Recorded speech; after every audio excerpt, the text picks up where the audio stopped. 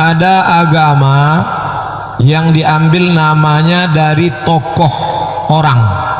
Contohnya Zoroaster. Agama Zoroaster ini berkembang di Persia, diambil dari nama nabinya, namanya Zarathustra. Nama nabi Zarathustra, nama agama Zoroaster. Kemudian Kristen diambil dari nama tokohnya, yaitu Yesus Kristus, dari Kristus, Kristen. Kemudian Nasrani diambil dari nama daerah. Satu daerah di Palestina namanya Nazaret, Nasirah tulisan Arabnya, Nazaret. Lalu kemudian berubah menjadi Nasrani, nama tempat, nama daerah. Ada diambil dari nama tokoh lagi. Nama agama itu Konghucu, dari tokohnya Konfusius. Lalu kemudian ada seorang laki-laki bernama Siddhartha Gautama. Siddhartha Gautama bersemedi di bawah pohon Bodhi, mencapai the likeness, pencerahan, lalu diberi gelar Sang Buddha. Menjadi agama, nama agama Buddha. Ada agama diambil dari nama suku dan nama orang yang melahirkan keturunan. Nabi Ibrahim punya anak namanya Ishak.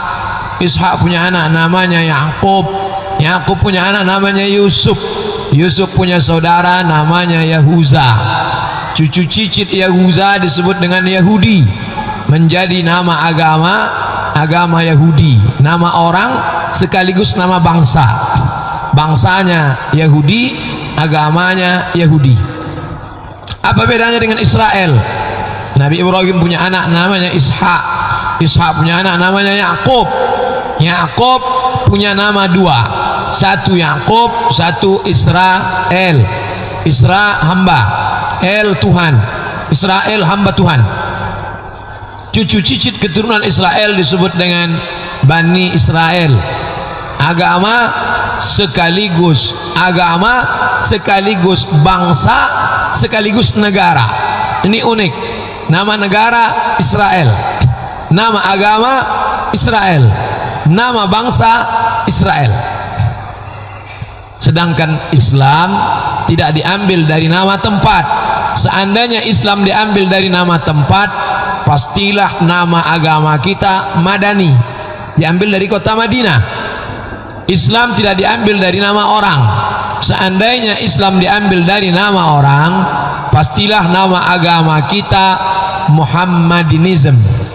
Muhammadinism, ism artinya aliran, pemikiran. Muhammadinism, aliran pemikiran dari akal Muhammad.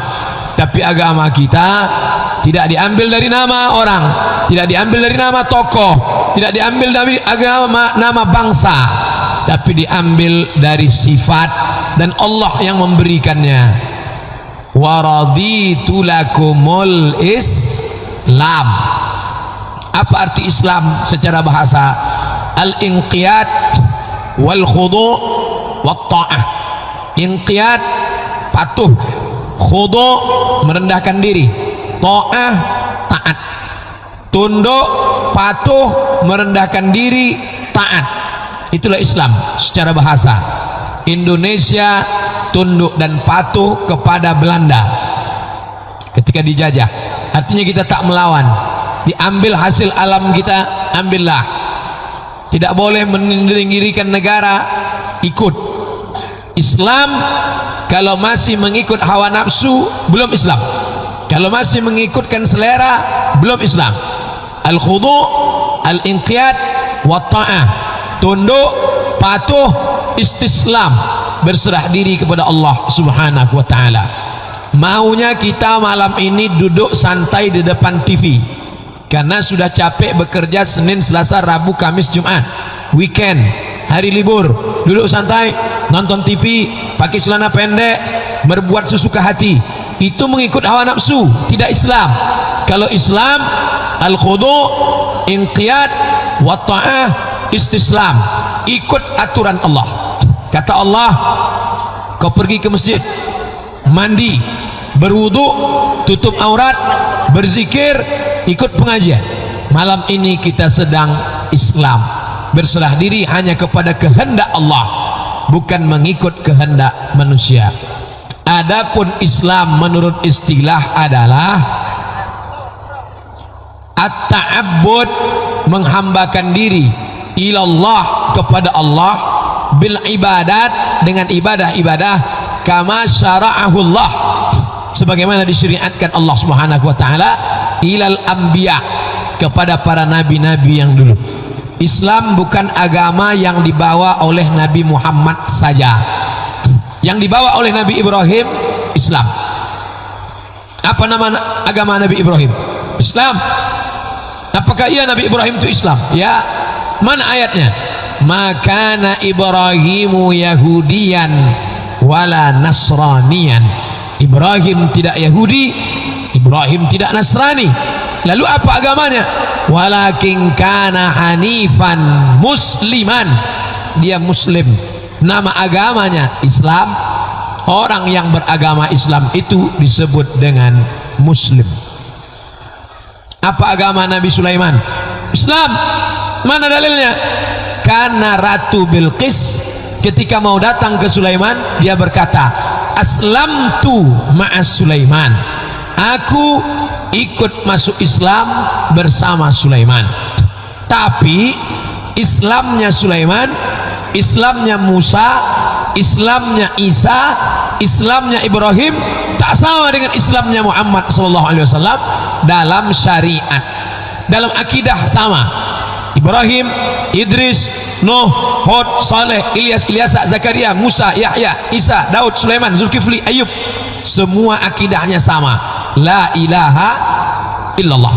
Tapi cara ritual ibadah, Nabi Sulaiman meninggal tegak berdiri.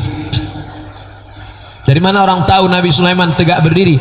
Dia sedang berdiri, patah tongkatnya, lapuk, jatuh. Rupanya dia sedang berdiri, pengawal-pengawal tentara tak ada yang berani mengganggu.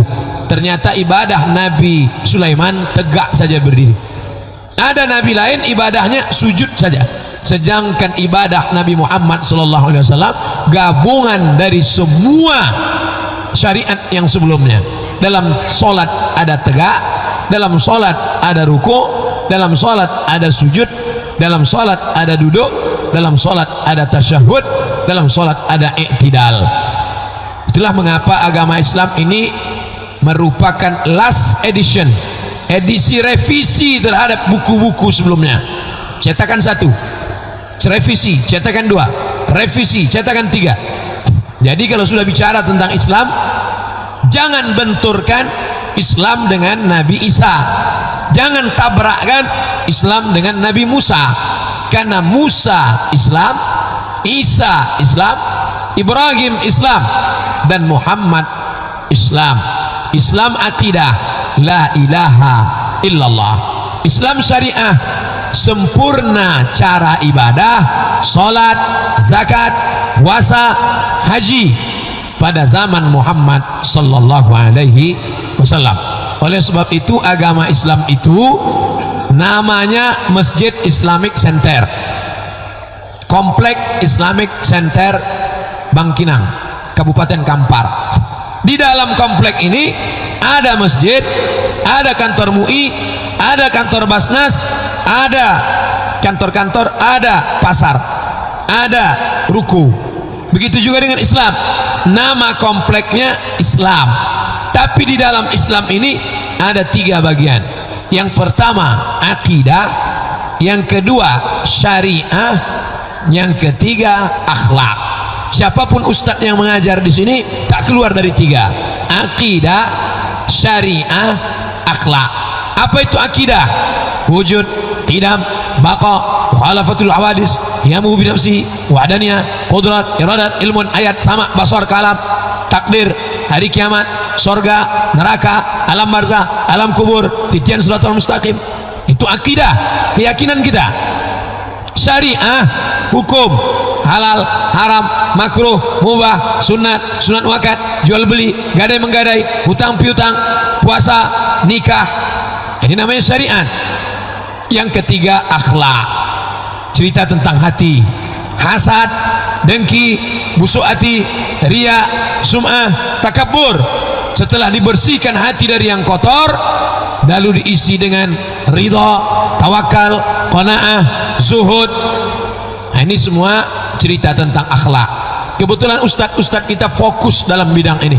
Ada ustadz kajiannya masalah hati saja, ada ustadz kajiannya masalah fikih saja, ada ustadz kajiannya masalah akidah saja.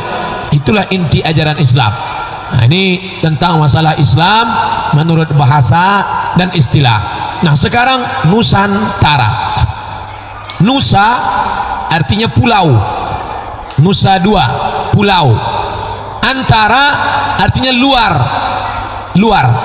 Bapak saya, di luar bapak, di luar saya, antara, antara saya dan bapak, di luar kita. Maka Nusantara, pulau-pulau yang di luar. Di luar apa maksudnya? Di luar Jawa, Sumatera, Kalimantan, Papua. Nah, ini pulau-pulau yang ada di luar. Maka kepulauan ini disebut dengan Nusantara. Muncul itu istilah dulu, bahasa Sanskerta, tapi kemudian kita memberi nama negara kita dengan sebutan Indonesia. Indo diambil dari kata India, agama Hindu, bangsa India. Indo, Hindu, India. Nesia, Nusa. Nesia, Nusa, pulau. Nesia, pulau. Indonesia, pulau-pulau yang berada di balik India. Makkah, keluar dari Makkah, Irak, keluar dari Irak, Persia, selesai Persia, Pakistan, habis Pakistan, India, habis India, Bangladesh, keluar dari Bangladesh, masuk Myanmar, dari Myanmar, Laos, Kamboja, Vietnam, turun ke bawah Thailand, dari Thailand masuk ke Malaysia, turun dari Malaysia, Sumatera, Jawa, Kalimantan, Sulawesi, pulau-pulau yang kecil di balik India, itulah disebut dengan Indonesia. Makanya dalam bahasa Arab, Indonesia ini terjemahan bahasa Arabnya Al-Juzur Al-Hindiyah. Juzur jamak dari jazirah, jazirah pulau, juzur pulau-pulau. Indonesia dulu namanya Al-Juzur Al-Hindiyah, pulau-pulau yang ada di balik India. Ini Islam, ini Nusantara, ini Indonesia. Ini sudah menjadi mata kuliah wajib di IAIN Susko, UIN Suska.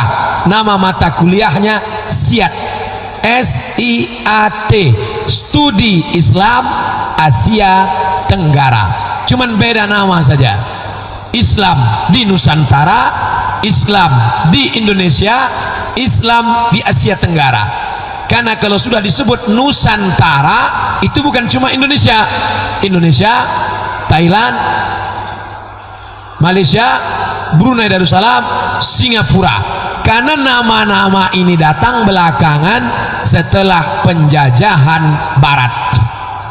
Indonesia yang dijajah Belanda, semua yang dijajah Belanda memproklamirkan diri merdeka Indonesia. Sedangkan yang dijajah Inggris, Malaysia, Brunei Darussalam, Singapura dijajah oleh Inggris. Ada satu negara mengaku tak pernah dijajah, disebut dengan negeri gajah putih. Itulah dia Thailand. Thailand, land tanah, Thailand tanah Thailand. Mereka mengaku tak pernah dijajah. Tapi keseluruhan ini sebelum datangnya orang-orang Barat menjajah kita, ini disebut dengan Nusantara. Pada masa kerajaan Sriwijaya, lebih tua daripada Majapahit. Sriwijaya kekuasaannya, Palembang sekarang, menguasai sampai ke Vietnam, Thailand, Laos, Kamboja, Filipina. Begitulah hebatnya dia. Makanya Majapahit, Presiden Soekarno ingin membuat negara besar, cita-citanya besar, sama seperti kebesaran kerajaan Majapahit sebelum Majapahit, yaitu kerajaan Sriwijaya. Kita mesti paham ini dengan benar, karena kalau tidak kita akan keliru memahami kajian kita malam ini, Islam di Nusantara. Adakah bedanya dengan Islam yang ada di Makkah, di Madinah? Sama, karena sama-sama asyhadu an la ilaha illallah wa asyhadu anna Muhammadan Rasulullah. Tapi kita mau menunjukkan bahwa kami di Nusantara ini punya ulama-ulama yang kaliber internasional, yang hafal Quran, yang hafal hadis, bukan cuman mengekor, bukan cuman copy paste, tapi orang yang hebat-hebat, luar biasa. Orang Nusantara yang pertama menerjemahkan Al-Quran dalam bahasa Melayu, seorang laki-laki bernama Syekh Abdul Raub As-Singkili. Kitabnya berjudul Tarjuman Al-Mustafid. Kalau tak ada dia, mungkin hari ini dia yang paling berjasa. Setiap kita membaca terjemah Al-Quran, mengalir pahalanya kepada almarhum Syekh Abdul Raub As-Singkili. Syekh Abdul Raub As-Singkili, orang Aceh tak mau memanggil namanya. Orang Aceh nyebut nama tak sopan. Sama seperti kita, anak kecil dipanggil nama, orang besar disebut gelar. Makanya kalau kita pidato, nan kete indak disabi namo, nan godang indak diimbau golau. Yang besar itu ada gelarnya. Orang tak boleh sebut nama, tak sopan. Makanya orang Aceh tak menyebut Abdul Raub, tidak, tapi disebutnya siapa? Syiah Kuala. Syiah, bukan Syiah. Banyak orang keliru. Kau kuliah di mana? Banda Aceh. Di universitas apa? Universitas Syiah Kuala. Bukan Syiah. Syiah Kuala tak ada hubungan dengan Syiah. Syiah artinya syekh, karena orang Aceh menyebut syekh Syiah. Syekh Kuala karena kebetulan makamnya di Kuala, yang ketika datang banjir bandang tsunami, makam itu tak tersentuh tsunami sama sekali. Di antara karomah Syekh Abdul Raub As-Singkili. Singkili di ujung namanya itu menunjukkan kampungnya. Al-Makki, orang Makkah. Al-Madani, orang Madinah. Al-Kampari, orang Kampar. As-Singkili, orang Singkel, Aceh Singkel. Syekh Abdul Raub As-Singkili orang pertama yang menerjemahkan Al-Quran, dan dia punya kitab hadis Syarah Arba'in. Arba'in 40 dikumpulkannya, hadis 40 ditulisnya. Dan dia juga punya buku tentang nasihat-nasihat untuk raja-raja Aceh. Ini ulama besar luar biasa. Syekh Abdul Raub As-Singkili punya murid. Muridnya ini datang dari Jawa Barat, namanya Syekh Abdul Muhi Pamijahan. Makamnya masih diziarahi orang, tempat keramat sampai sekarang, dimuliakan orang. Lalu kemudian Syekh Abdul Raub As-Singkili punya murid datang dari Sulawesi, bernama Syekh Yusuf Al-Makassari. Makassari diambil dari nama suku Makassar. Syekh Yusuf Al-Makassari datang dari Makassar, belajar ke Aceh. Datang dari Jawa Barat, belajar ke Aceh. Dan satu lagi murid Syekh Yusuf, Syekh Abdul Raub As-Singkili punya murid bernama Syekh Burhanuddin, berasal dari Ulakan, Sumatera Barat, bumi Minangkabau. Ini menunjukkan zaman mereka belum ada Google, belum ada internet, tapi mereka sudah punya jaringan ulama di Nusantara. Dari Sulawesi bisa ke Sumatera, dari Sumatera Barat bisa ke Aceh, dari Jawa Barat bisa datang ke Aceh. Padahal waktu itu transportasi. Sekarang saja saya ceramah ke ujung Pandang, rasanya jauh. Pekanbaru transit Jakarta, dari Jakarta ke ujung Pandang. Kemarin dari Pekanbaru transit Jakarta, dari Jakarta ke Balikpapan, dari Balikpapan baru ke Samarinda. Begitu sekarang cepatnya, kita tetap lelah, capek. Bagaimana mereka dulu? Jadi dengan mengkaji Islam di Nusantara, tidak ada bedanya dengan Timur Tengah, tapi membangkitkan lagi semangat anak-anak muda kita bahwa kita bukan Islam copy paste, bukan hanya mengikut ulama yang ada di Timur Tengah, tapi juga orang-orang kita cerdas, sehingga tidak lagi ada alasan kenapa kamu tidak paham Islam, saya kan bukan orang Arab. Kenapa kamu tidak serius belajar? Saya kan bukan orang Arab. Kita walaupun orang Nusantara, tapi kualitas keislaman, berpikir, kekuatan hafalan kita tak kalah dengan mereka.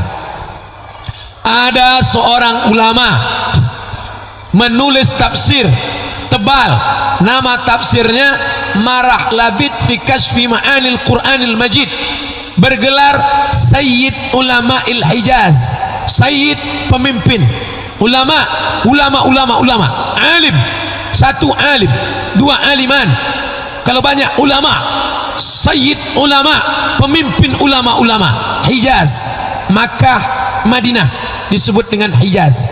Kalau nanti ada yang menyebut dari mana nih? Dari Hijaz. Hijaz nama lama Makkah dan Madinah.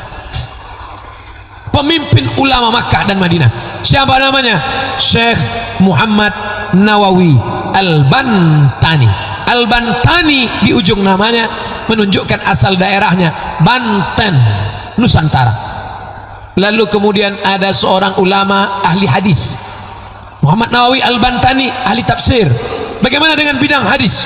Spesialisasi. Profesor Munzir, tafsir. Profesor Ilyas Husti, hadis. Dr. Mawardi Muhammad Saleh, fikih. Dr. Mustafa Umar, tafsir. Dr. Dasman Yahya, hadis. Mereka punya spesialisasi bidang macam-macam. Islam sudah mengatur itu. Imam Bukhari, hadis. Imam Tabari, tafsir. Imam Syafi'i, fikih. Imam Asy'ari, akidah. Spesialisasi itu. SPOG, spesialis kandungan. Itu SPOT, spesialis ortopedi tulang belakang. Itu spesialis jantung koroner. Itu spesialis, pokoknya spesialis lah. Nah, jadi spesialis dalam bidang kedokteran itu juga ada dalam bidang Islam. Nah, ulama di Nusantara ini sudah punya spesialisasi. Bidang hadis, Syekh Mahfud At-Tirmasi. Bukunya bahasa Arab, dibaca orang Arab, dicetak di Arab, di Beirut, Lebanon. Nama Mahfud At-Tirmasi. Tirmasi itu mana? Pacitan, Jawa Tengah. Cucunya masih ada, cicitnya sekarang pemimpin pesantren, Syekh Mahfud At-Tirmasi. Lalu kemudian ada ulama, puncak ulama Nusantara, menjadi mufti. Kampar punya mufti, namanya Dr. Mawardi Muhammad Saleh. Pernah jadi mufti di Rokan Hulu. Mufti diambil dari kata fatwa. Kalau sudah mufti mengeluarkan fatwa, tak boleh ada ustadz lain yang mengeluarkan fatwa. Kita punya mufti. Oleh sebab itu ada acara, masyarakat bertanya, mufti menjawab. Di Pekanbaru, Ustadz Mawardi punya acara di Masjid Ar-Rahman, Jalan Sudirman. Anda bertanya, mufti menjawab. Fatwa mufti mazhab Syafi'i di Makkah Al-Mukarramah, di Masjidil Arab, imam Masjidil Arab, imam besar Masjidil Arab, mufti dalam mazhab Syafi'i, namanya Syekh Ahmad Khatib Al-Minkabawi. Minkabawi di akhir namanya menunjukkan asal kampungnya Minangkabau, dan dia punya murid-murid dari Nusantara datang ke Makkah. Saya tak sebut Indonesia karena mereka datang ke Makkah sebelum Republik Indonesia berdiri. Proklamasi Bung Karno hari Jumat tanggal 17 Agustus 1945, sedangkan mereka sudah menjadi imam di Masjidil Arab sebelum 1945. Syekh Ahmad Khatib Al-Minkabawi meninggal tahun 1926. Jadi bercerita tentang Islam di Nusantara, bercerita tentang ulama-ulama, tentang penyebaran Islam. Nah, Islam sudah saya jelaskan, Nusantara sudah saya jelaskan, ulama-ulamanya sudah. Sekarang pembahasan kita mewaspadai modus perusakan Islam. Islam di Nusantara, bagaimana cara merusaknya? Ada 5 langkah merusak Islam di Nusantara. Ini yang akan kita bahas sampai azan Isya. Kalau tak selesai azan, kita tetap sholat Isya. Sholat Isya. Habis sholat Isya kita lanjutkan lagi. Habis itu baru kita buka tanya jawab. Yang pertama, Islam di Nusantara dirusak dengan cara bahwa Islam datang belakangan. Itu cara yang pertama. Kalian nih Islamnya belakangan, sedangkan kami Islamnya duluan. Dikatakan kita Islam pada abad ke-15. Kalau kita Islam abad ke-15, berarti kita baru Islam 500 tahun. Sekarang 2018, 21, berarti kita Islam baru 500 tahun. Sedangkan Nabi Muhammad datang ke Makkah sudah 1500, hampir 1439, menunjukkan bahwa kalian baru saja Islam, baru sepertiga. 500, 500, 500, 1500, 1000 tahun yang lalu kalian baru Islam 500 tahun. Ini keliru. Dari mana mereka mengatakan kita baru Islam 500 tahun? Dari sejarah Wali Songo. Karena Wali Songo itu abad 14-15. Saya tak cerita Hijriah, kita sekarang cerita tentang Masehi. Karena mereka yang ingin merusak Islam di Nusantara memakai istilah Masehi. Saya ziarah ke makam wali yang paling tua, Sunan Ngampel, yang namanya diabadikan sebagai Uin Sunan Ampel, Surabaya. Ziarah saya ke makamnya abad ke-14-15. Kata mereka, kalian baru Islam abad 14-15. Ini buktinya, Islam baru berkembang sejak datangnya Wali Songo.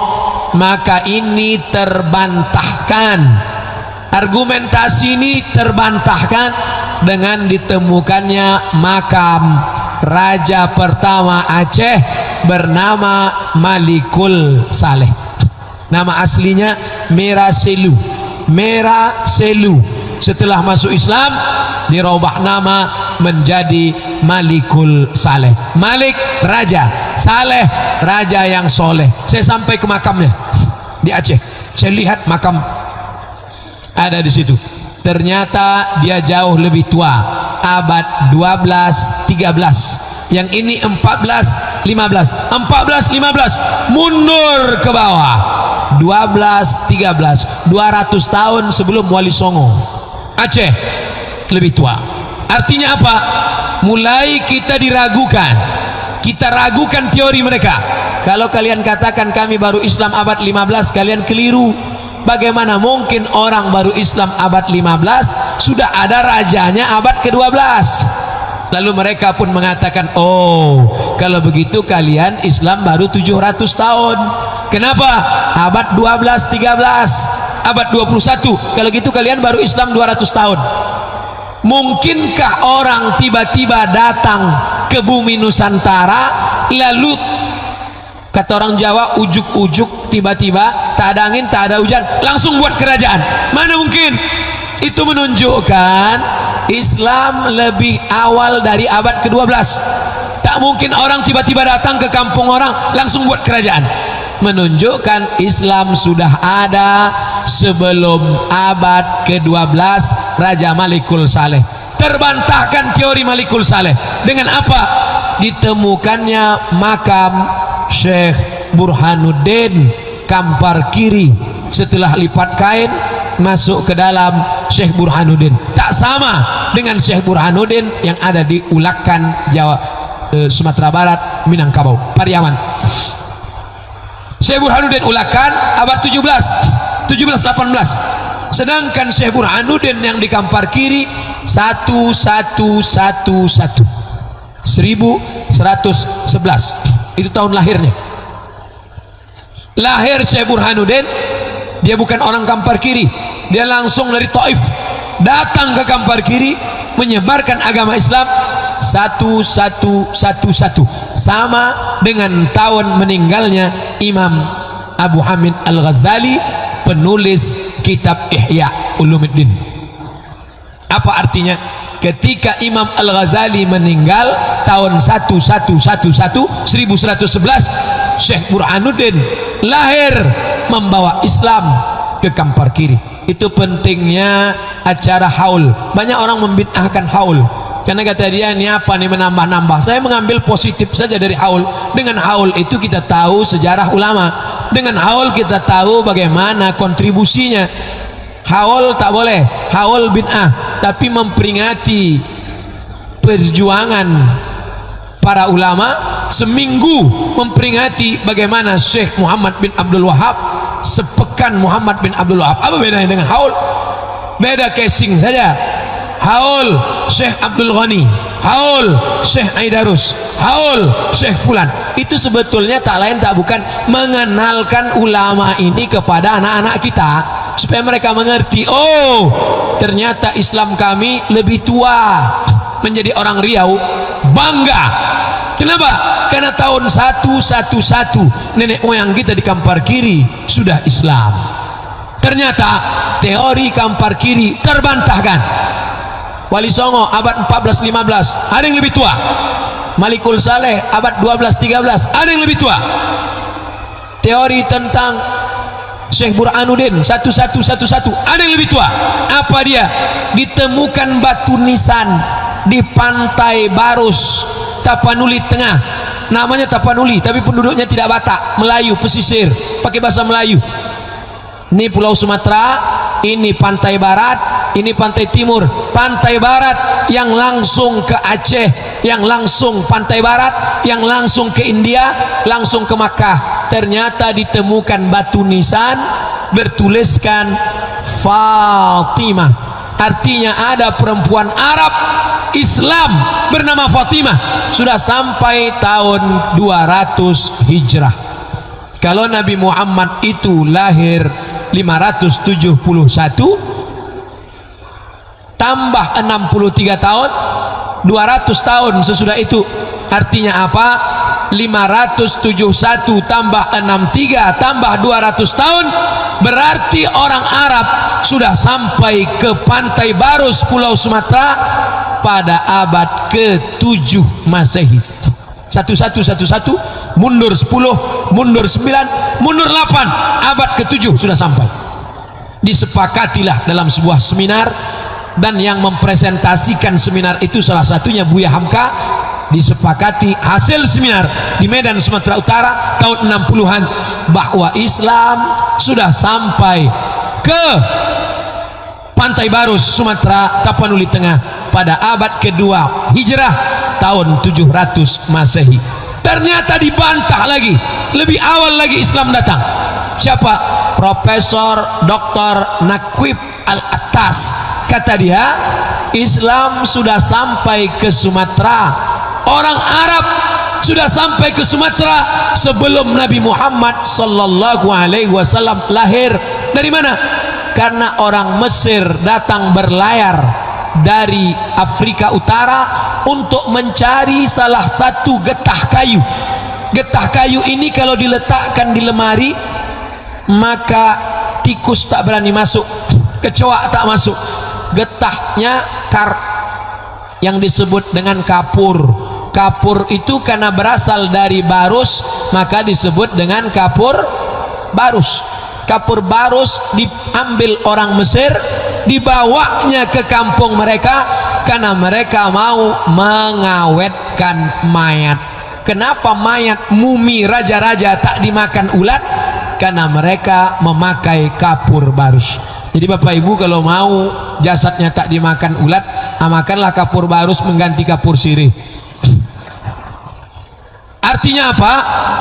Teori mereka yang mau merusak Islam di Nusantara, bahwa kalian Islam datang belakangan, bahwa Islam kalian tidak original, bahwa Islam kalian ini belakangan, terbantahkan dengan penelitian-penelitian. Bahkan kata Profesor Nakwib Al-Attas dari Malaysia, Islam sudah sampai ke negeri kita pada masa tabi'in, pada masa sahabat. Bahkan ada satu kata dari Nusantara masuk ke dalam bahasa Arab.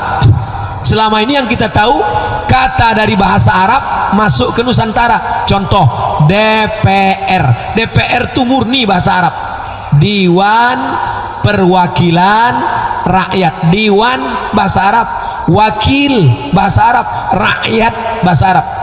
Jadi Dewan Perwakilan Rakyat itu bahasa Indonesianya mana? Pesamaan, itu aja. Yang lain bahasa Arab. Dewan Perwakilan Rakyat itu kata Arab yang masuk ke Nusantara. Tapi ini aneh, dibalik, kata dari Nusantara yang masuk ke Arab. Apa dia? Kafur.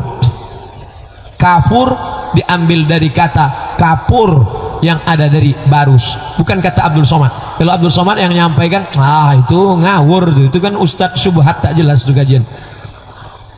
Saya menjelaskan tentang bagaimana membantah orang yang mengatakan bahwa kita Islam terlambat, Islam datang belakangan. Ini harus dikaji. Mohon maaf, malam ini kajian agak berat sedikit. Bukan salah saya, salah panitia. Kenapa kasih judul ini? Kalau mau yang ringan-ringan, judul kajian kita tentang sabar, tentang ridho, tentang tawakal, tentang bagaimana menghadapi malaikat maut, sakaratul maut.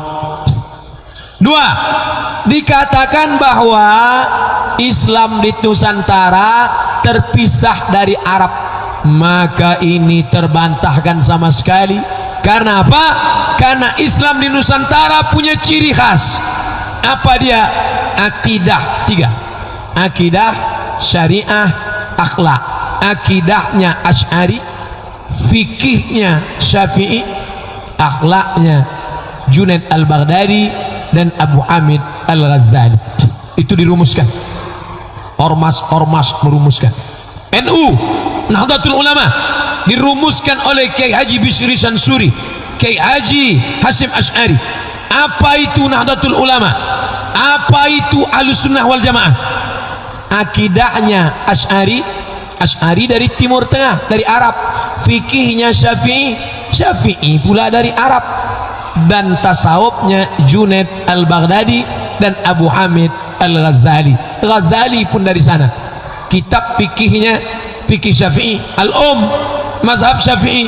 Imam Nawawi, kitabnya Al-Majmu' Syarah Muhazzab, menjadi bacaan wajib di pesantren-pesantren. I'anatut Talibin dari sana. Oleh sebab itu kita mau mengatakan isu kalian yang pertama bahwa kalian katakan Islam kami terlambat datang, tidak benar. Kami juga sama kuatnya dengan yang lain. Yang kedua, bahwa Islam kami terpisah.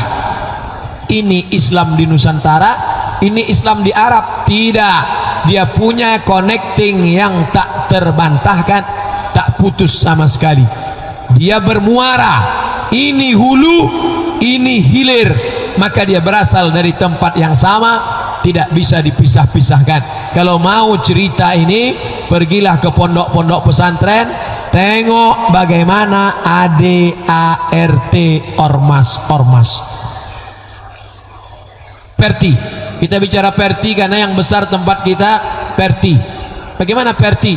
Perti itu jelas akidahnya Asy'ari, fikihnya Syafi'i, tasawufnya Junaid al-Baghdadi, Abu Hamid al-Ghazali, tarekatnya lebih khusus lagi, tarekatnya Naqsyabandiyah.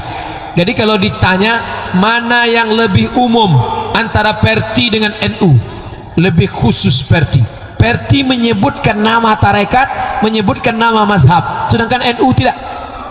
NU tak ada menyebut nama tarekat, tak ada menyebut nama mazhab. Akidah Asy'ari, fikih 4 mazhab, dan tasawufnya Junaid al-Baghdadi dan Abu Hamid al-Ghazali. Kalau Perti tidak disebutkannya, fikihnya Syafi'i, akidahnya Asy'ari, tasawufnya al-Ghazali, tarekatnya Naqsyabandi. Perti. Sumatera Utara Al-Wasliyah, Al-Wasliyah juga khusus. Al-Wasliyah akidahnya Asy'ari, fikihnya Syafi'i, tasawufnya Junaid al-Baghdadi dan Abu Hamid al-Ghazali. Kenapa yang 3 ini bisa sama? Perti Sumatera Barat, Al-Wasliyah Sumatera Utara, NU Jawa Timur. Kenapa 3 ormas bisa sama? Karena kalau diurut-urut ke atas, mereka belajar dari tempat yang sama, Makkah Al-Mukarramah, Masjidil Haram. Siapa pendiri NU? Hasyim Asy'ari. Kiai Haji Hasyim Asy'ari murid siapa? Murid Syekh Ahmad Khatib Al-Minkabawi. Turun nasabnya ke bawah menjadi Nahdlatul Ulama. Perti kenapa bisa sama? Kenapa bisa mirip? Perti didirikan oleh Inyak Canduang Sulaiman Ar-Rasuli. Sulaiman Ar-Rasuli murid langsung dari Syekh Ahmad Khatib Al-Minkabawi, sezaman dengan Kiai Haji Hashim Asy'ari. Al-Wasliyah Medan, Sumatera Utara. Kenapa bisa mirip? Kenapa sama? Karena pendiri Al-Wasliyah Syekh Ismail Banda, Syekh Muhammad Arsyad Talib Lubis, murid langsung dari mufti Kerajaan Melayu Delhi Medan. Siapa nama muftinya? Syekh Hasan Maksum. Syekh Hasan Maksum murid langsung dari Syekh Ahmad Khatib Al-Minkabawi. Maka nampaklah sanad, begitu pentingnya ilmu sanad. Apa itu sanad? Kamu dapat dari siapa? Dari guru saya. Guru kamu dari siapa? Dari guru. Maka siapa yang tak bersanad, dia akan mudah terbantahkan, dia akan dibantah keislamannya. Islam di Nusantara tidak dapat dibantah karena punya sanad yang jelas. Al-isnad minad din, sanad bagian dari agama. Laulal isnad laqala man syaa ma syaa. Begitu kata Abdullah ibn Mubarak. Kalau kamu tak punya sanad, maka kamu akan punya keterputusan sanad, ngomong bicara semaunya saja karena tak punya sanad. Sanad bilang hadis, sanad bilang fikih, sanad bidang akidah. Sudah bunyi. Kita lanjutkan setelah Isya tentang 3 isu lagi. Mudah-mudahan bermanfaat. Terima kasih. Mohon maaf. Wassalamualaikum warahmatullahi wabarakatuh. Bismillahirrahmanirrahim. Assalamualaikum warahmatullahi wabarakatuh. Alhamdulillah wassalatu wassalamu ala Rasulillah wa ala alihi wa sahbihi wa man tabi'ahu wa mawala. Pertama, mereka katakan Islam kita datang belakangan, bantah bahwa kita juga sudah lama sampai Islam ke Nusantara. Yang kedua, dikatakan Islam di tempat kita ini tak ada hubung kait, connecting,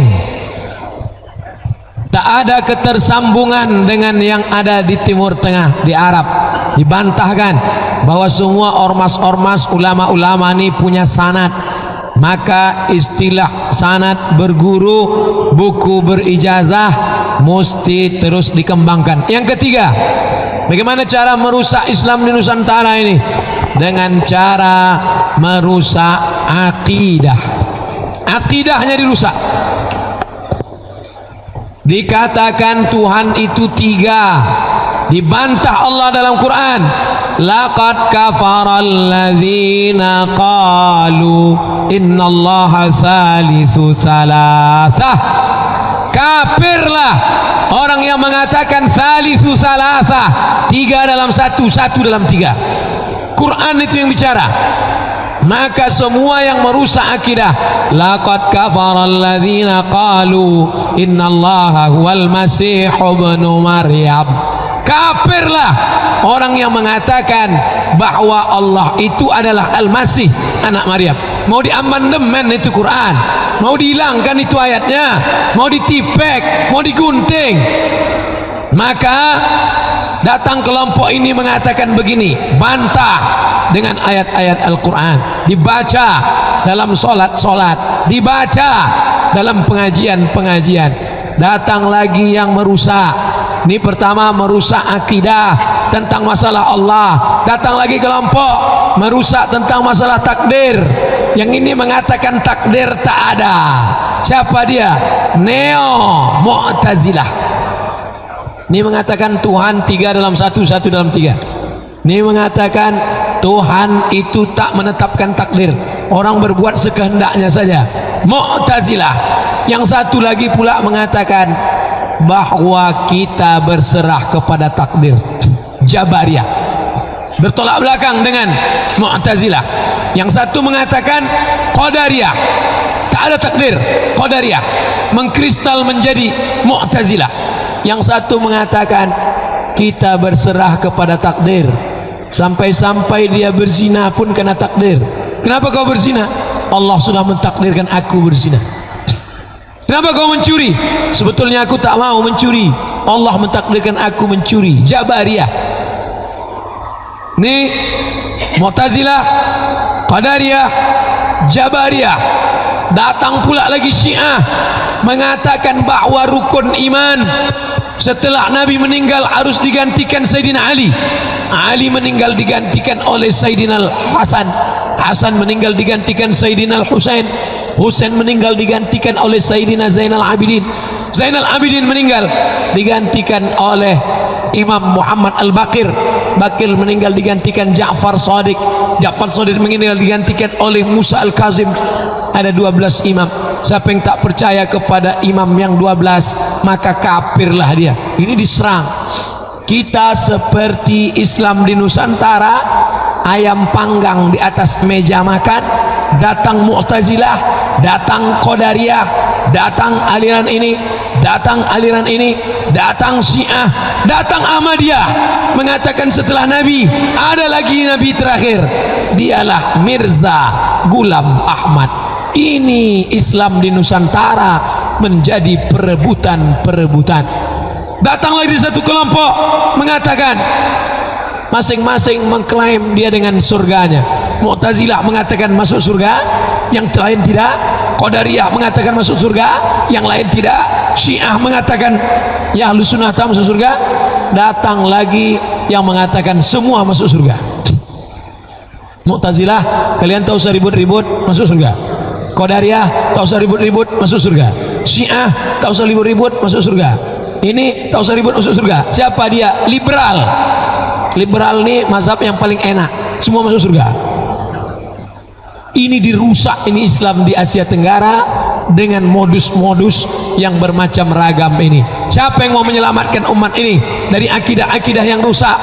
Maka dikirimlah anak-anak kita untuk belajar agama Islam melalui tes Kementerian Agama. Anak dari Kabupaten Kampar lulus akan berangkat ke Mesir, Al-Azhar, akan berangkat ke Maroko, Darul Hadis, Karawin, akan berangkat ke Tunisia.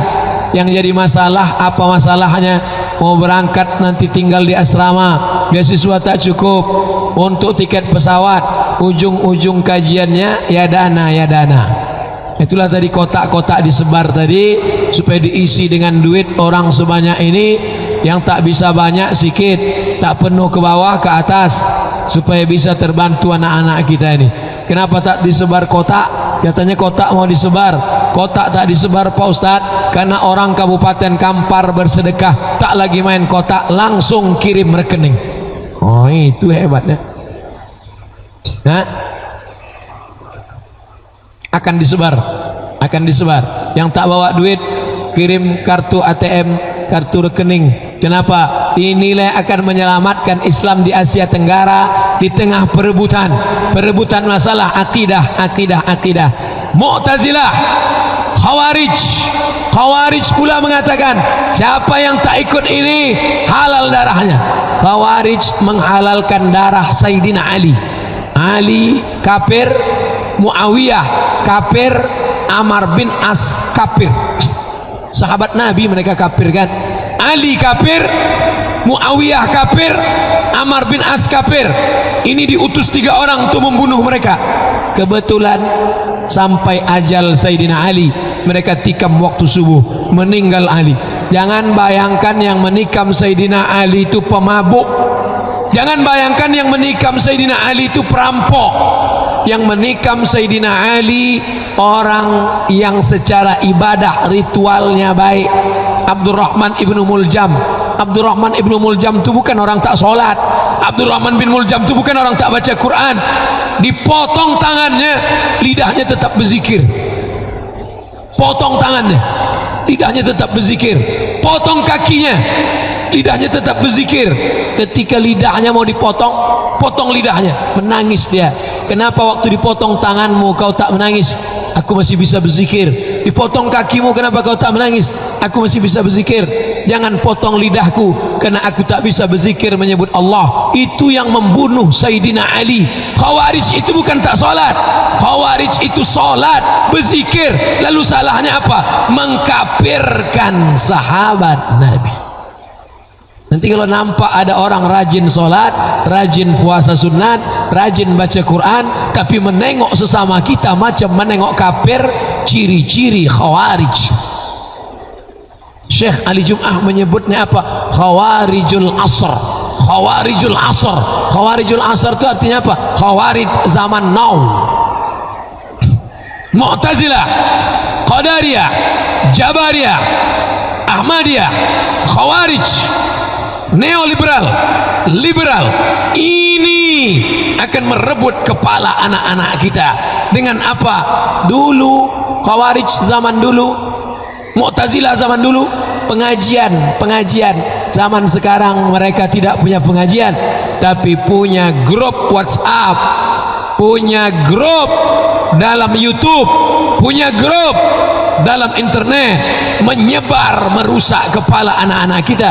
Memang judul kajian malam ini luar biasa, modus perusakan Islam di Asia Tenggara. Semua benar, semua masuk surga, jangan kapling-kapling surga, neoliberal, na'udzubillah. Oleh sebab itu maka ini mesti kita jaga anak-anak kita dengan masuknya ke pondok-pondok pesantren.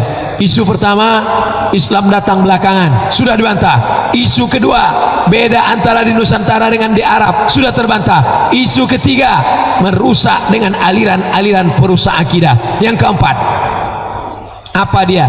Dibangkitkan masalah khilafiyah, masalah usolli tak usolli, masalah imsak, masalah menengok anak bulan ru'yah atau hisab, masalah angkat tangan, masalah mengusap wajah, masalah kunut subuh. Ini sudah khatam, kaji ini sudah khatam. Bagaimana solusinya? Diobok-obok dengan masalah furu', masalah khilafiyah. Apa solusinya?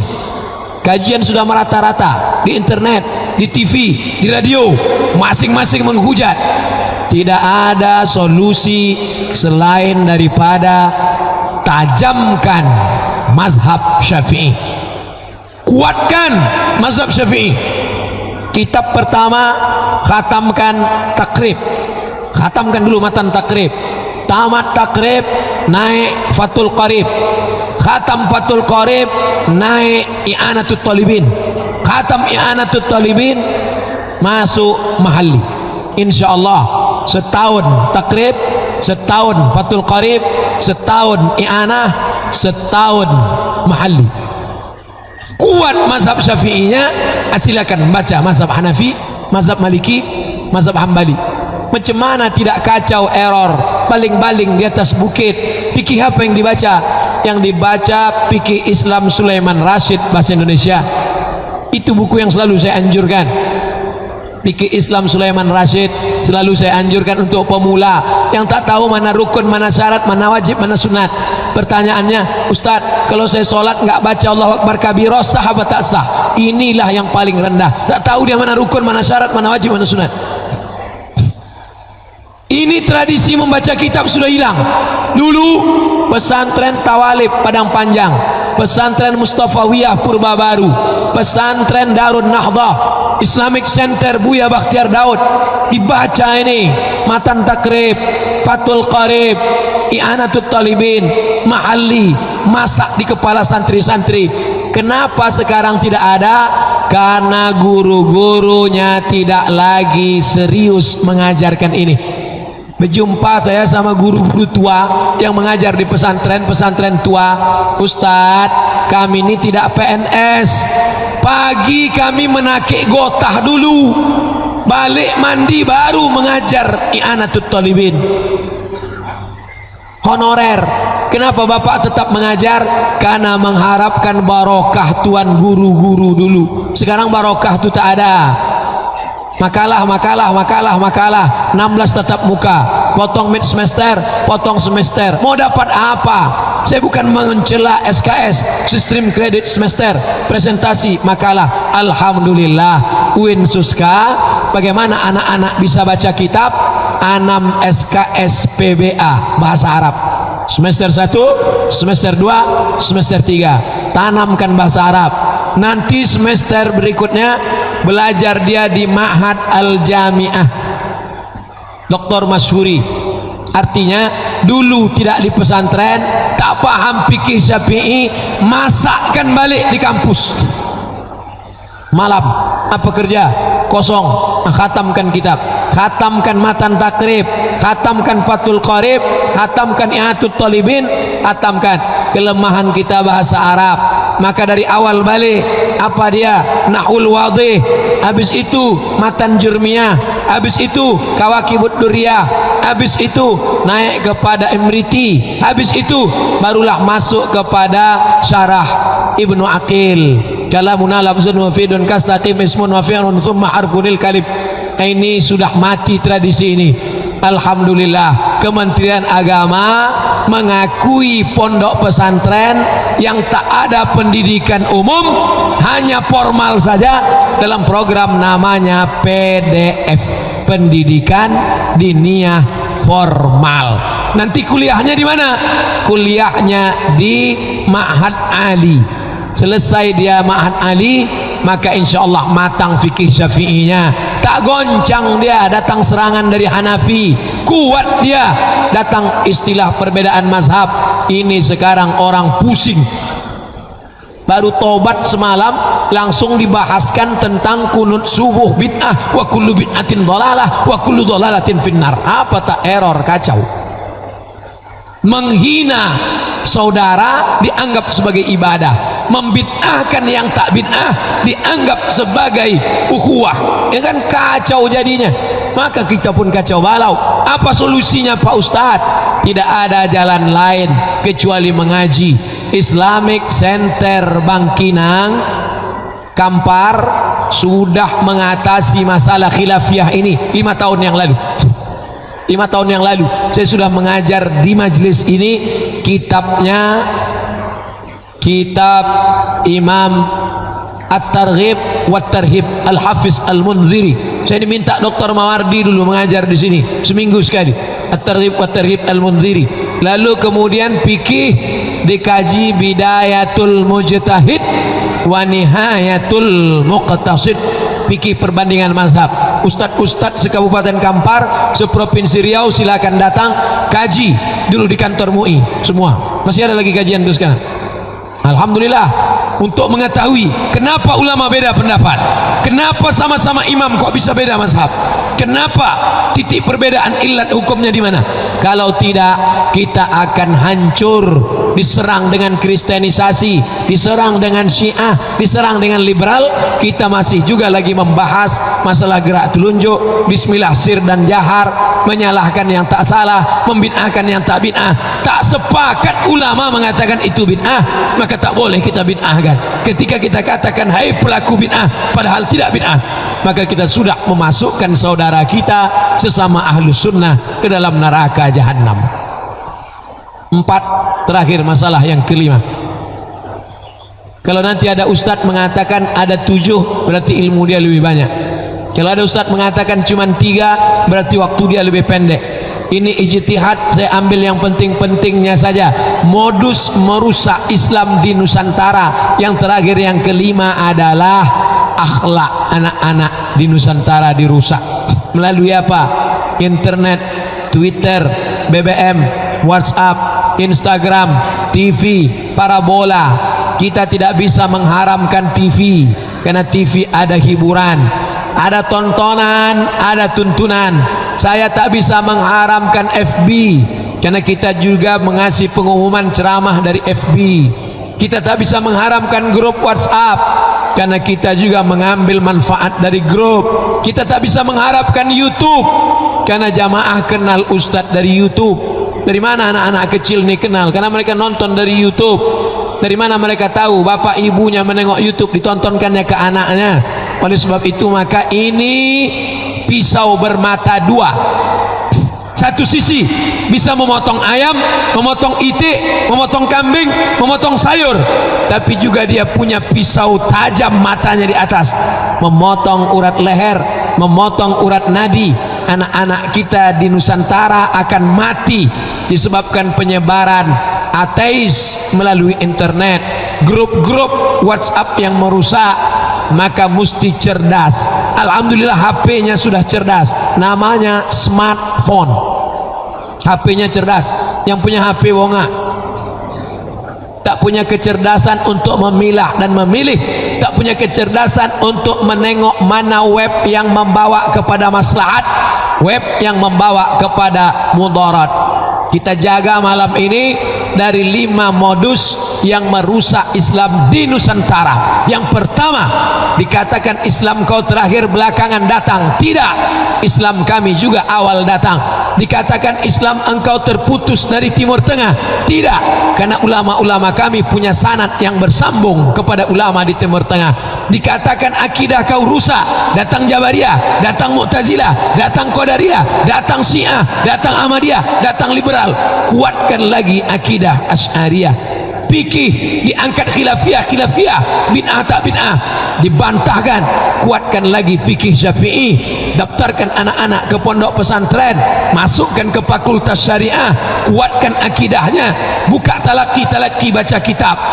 Jangan lagi ceramah umum tak tentu arah. Baca kitab, khatamkan, terjemahkan, sampaikan, ringkaskan, buatkan modul sehingga pengajian bergizi, berkualitas, akhlak. Maka mesti orang tua mengontrol anak. Sayang anak bukan dengan memberikan gadget HP mahal, sayang anak bukan dengan membelikan TV di kamar besar-besar, tapi sayang kepada anak dengan cara memasukkan ke sekolah agama, pondok tahfiz Quran, rumah-rumah hafal Quran, tempat-tempat pendidikan bahasa Arab, karena kita tak bisa lepas dari bahasa Arab. Itulah 5 yang dapat saya sampaikan. Yang baik datang dari Allah, yang tak baik dari hamba Allah yang dhaif. Bismillah.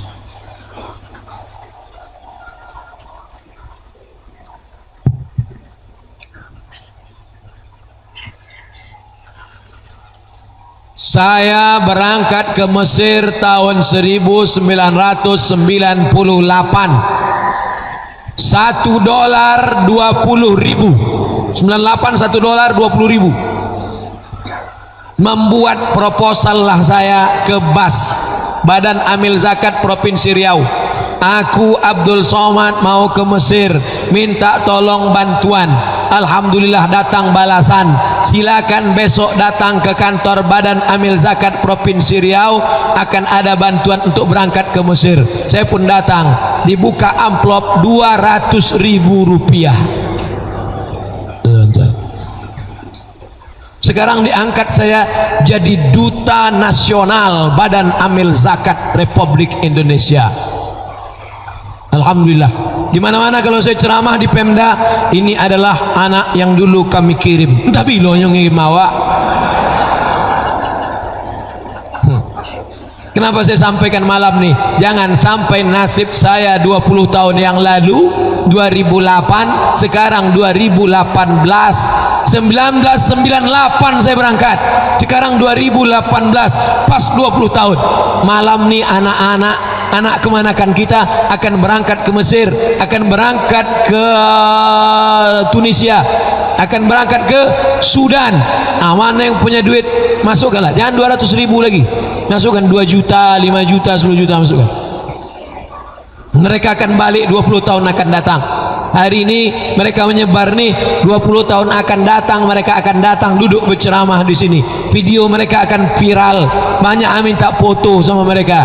Nanti seperti dulu 20 tahun lalu orang tak memandang kita, macam lalat dia nengok kita. Hari ini berlomba-lomba dia ingin minta foto, mau like and share. Dunia berganti, musim berubah. Bapak Ibu yang dimuliakan Allah SWT, akan bangkit Riau ini ke depan dengan pulangnya anak-anak, adik-adik, kawan-kawan, sahabat-sahabat. Itu Ustaz Sarul Aidi, itu 20 tahun yang lalu mana orang mandang dia, sekarang semua mandang. Apalagi kalau duduk jadi DPR pusat nanti. Allahu Akbar. Lah, masuk iklan satu.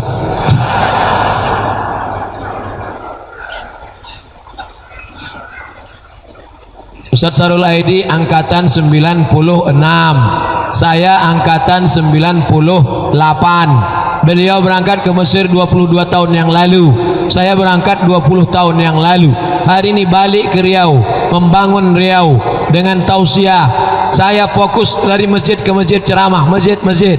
Beliau duduk di parlemen, judulnya sama, yang satu dakwah dengan ceramah, yang satu dakwah dia tak perlu ceramah, cukup dengan perda. Duduk mereka di parlemen, parle, ngomong, men, parlemen, duduk di parlemen memperjuangkan aspirasi rakyat Riau, insyaallah. Bapak Ibu yang dimuliakan Allah, begitu juga anak-anak kita ini, umur mereka 18-19 tahun, kita kirim mereka pulang, mereka 20 tahun akan datang, mereka yang akan ceramah di masjid, mereka yang akan menyelamatkan dari yang 5 tadi, menyerang Syiah, menyerang liberal, menyerang Qadariyah, menyerang Khawarij. Siapa yang akan menyelamatkan anak kita? Mereka ini akan menyelamatkan. Ustaz Somad 20 tahun akan datang, udah tak sanggup ceramah lagi. Ini ceramah nih sebentar nih, tak lama. Ada 5 tahun lagi asal ditarik, asal ada batu kumat ngerti. Mereka ini akan melanjutkan estafet kita. Oleh sebab itu, kalau mau beramal jariah tak putus, angkatkan mereka. Bapak kenapa tak ngisi kotak tadi? Tanggung kecil tuh Pak Ustaz. Saya langsung kasih tiket. Nah, ini tiket untuk dia. Tiket ke Mesir Pak? Enggak, ke Jakarta aja.